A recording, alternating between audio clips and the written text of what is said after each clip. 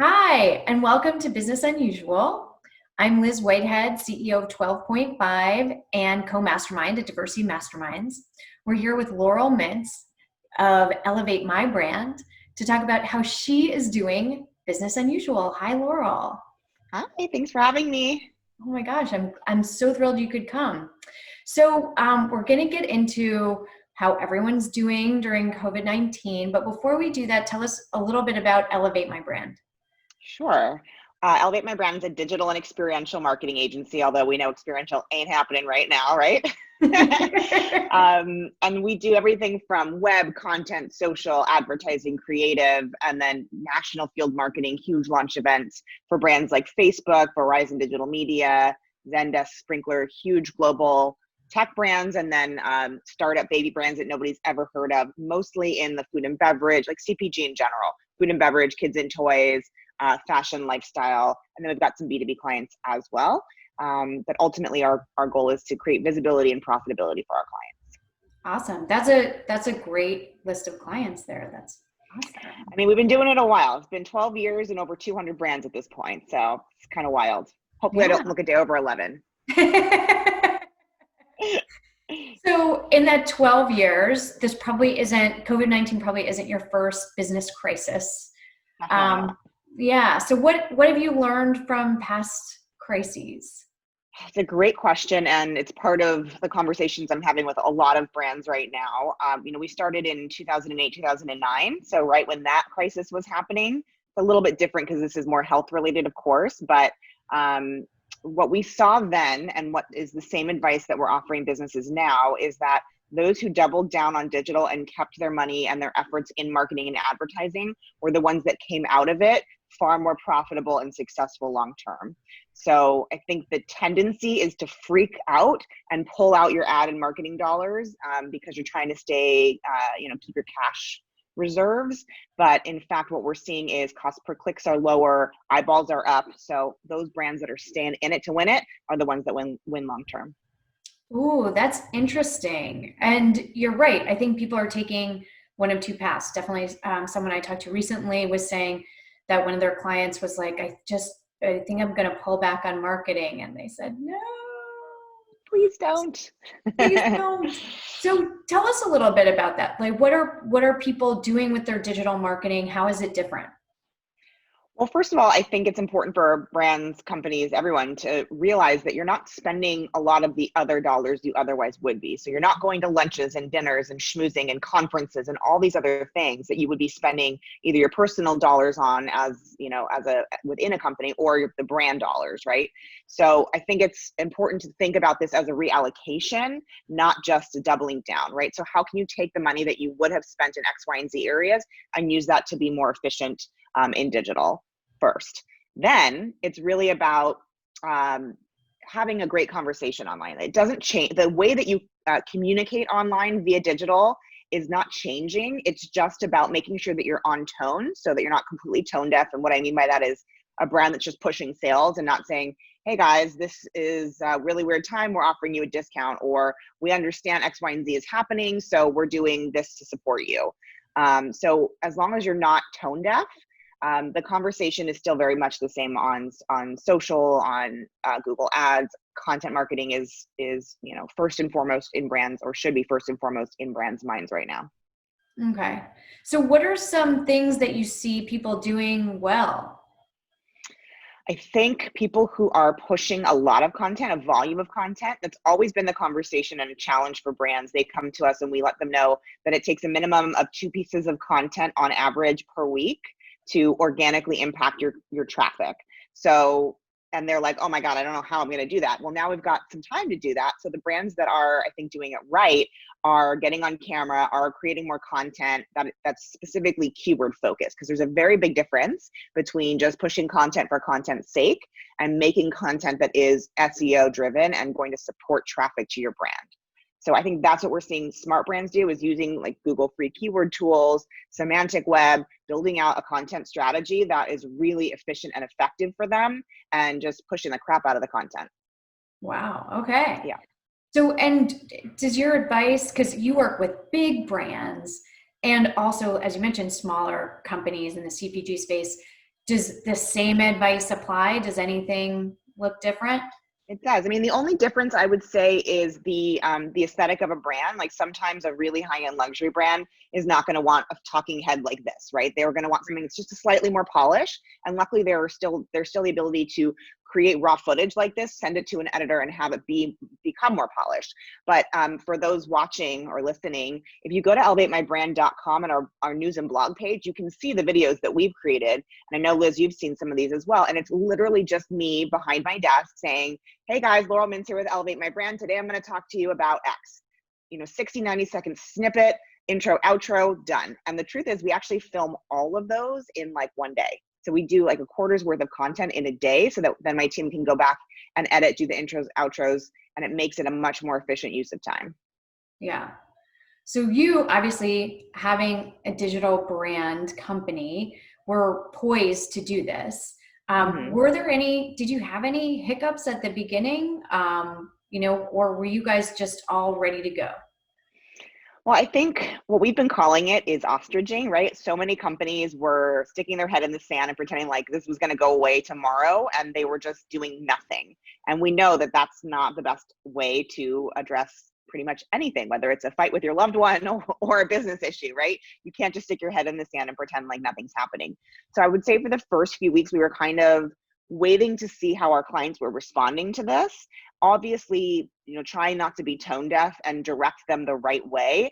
And then ultimately, we've put together new offerings that we think are going to support them. So I don't know if you've seen this, there's really interesting graphic. It's 3 concentric circles. The first one is fear. The second one is curiosity. And the third one is opportunity. And so our job as an agency is to take our companies and our brands from that fear circle to the areas of opportunity. And I really, really hope that that's where brands are today. Yeah. I think people kind of move back and forth because, I was crying just yesterday. No, I mean, it's a personal thing too, like people just deal with things in a very different way. Some days are diamonds, some days are stones, right? As the old song goes. And you have to also really honor yourself in these times. Yeah. Yeah. And it's unlike other crises like the recession, or a lot of people have talked to me about 9/11, where everything stopped. And because you weren't sure at first, was this a one-time thing or what? Right. But then it did have a kind of linear progression, whereas it's so unknown. We don't know when it's going to be. It's the unknown and the fear of that, which as A-type personalities, I know you understand, like I'm not having the control is the worst part for me. And I think for a lot of business owners. And then the global scale of this, I think, is the other thing that's remarkable, right? And 9/11 clearly had massive impact, but it wasn't impactful to everyone on a global scale, right? It impacted things like travel and security and things like that. But there's been nothing at this volume and scale ever in our history. Yeah. Well, in our history, other than like Black Plague, stuff like that, Yeah. In like living memory. Yeah. Correct. There you go. That's the term, living memory. I like it. Yeah, absolutely. I really liked what you said, one, about the brands that are getting it right are out there with the correct tone. You can't just put content out there for content's sake. So I think that's great. And also that, when you learn from past crises, these are things, it's not just saying this is what I think because this is what I do. The other thing I love, and that has been a theme throughout these interviews, is offering solutions, not just your services. Like, what is the problem that people are having and can I solve it? So I love that. Obviously, it's something that, I think we're starting to realize we're going to get back to work, but there's no like new normal yet. Right.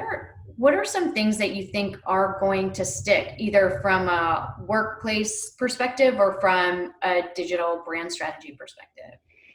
Yeah, I mean, I think that this forced our hand in a lot of ways, and I think a lot of that is actually a good thing. So there were a lot of bigger brands, a little more antiquated in their thought processes about things like work from home. I've never had an issue with it. My team just really likes being in the office, but I always tell them, like, if you have a day where you just feel like working from home, work from home. As long as you're getting your work done, I don't care where you're doing it. And so I think that that is one transition that that was necessitated, obviously, because of the crisis. And I'm hoping that companies now realize that their employees are just as productive, if not more so, when they're given that kind of freedom. So that's, I think, the number one thing that I have seen change and I hope sticks. Yeah, me too. Yeah. I work from home and it's great. Yeah, I have to say, I don't hate it. We just finished construction on our house, luckily, like right as this was all happening. We didn't even have a shower until the week COVID hit. We were like, holy crap, we had our contractor like get right on that. So the first few weeks of COVID, we were walking through rubble to get to our shower. But you adapt, you pivot. This is what you do, right? Yeah. And as you're able to move through those concentric circles from fear, oh no, I don't have a shower, to perfect example. Where else to being curious, how can we fix this problem? Okay, we can have a shower. It doesn't have to be perfect. We can still walk through construction and have a shower at the same time, right? Right. And then the opportunity was, oh my God, I get to have a bath every night. And this is so glorious. And it actually was so joyful, even in the rubble, I love Great it. metaphor, actually, I think. Yeah, it is. That's awesome. So, so this is great. And I think it's a lot of good information for both large brands and small brands in terms of what they should be doing. Like anyone who's like, should I get back out there? I think they have their answer. What is one thing that you're doing to make your employees and your team feel safe going forward? So luckily we have a really large space and a rather small team. So we are able to stay 6 feet apart, but at this point we're not back in the office. So I've told them, you let me know when you're comfortable. So for me, it's all about my team. Like I couldn't do what I do. I couldn't have time to do interviews. I couldn't have time to schmooze and do the business development that I needed without an amazing team. So I've told them whenever you're comfortable is when we'll go back in the office and not a minute before then. And I've even said, we're going to hold off and see what happens. Even when they give the all clear, I want to wait a week or two post that so that we are really sure that we're safe. So I think just making sure that you're listening to your team and honoring their sentiment around what's currently happening. I think that's how they feel the most safe. And then, we're trying to bring some play and joy back into what's currently happening. So we have this really funny little tiny rubber chicken that I got in a swag bag super randomly months ago. And in the office, we would take him. His name is Pock because, he's a chicken. So, that's his name. And so people would take him and run him around the office and like hide him in different places. And whoever found him next would then be responsible for hiding him the next time. And so he is now in the office all alone. So what I did was I sent all of the team little baby rubber chickens from Amazon so that they can still have that kind of joyful, fun moment, even off, out of the office. So just That's little awesome. things like that. I love keeping it fun. I love that. We haven't talked as much about fun. I think it's time to start. That's great. It is. Yeah, it's important. It's the only thing like getting us through this. That and a really stiff martini, right? Which I've learned to perfect.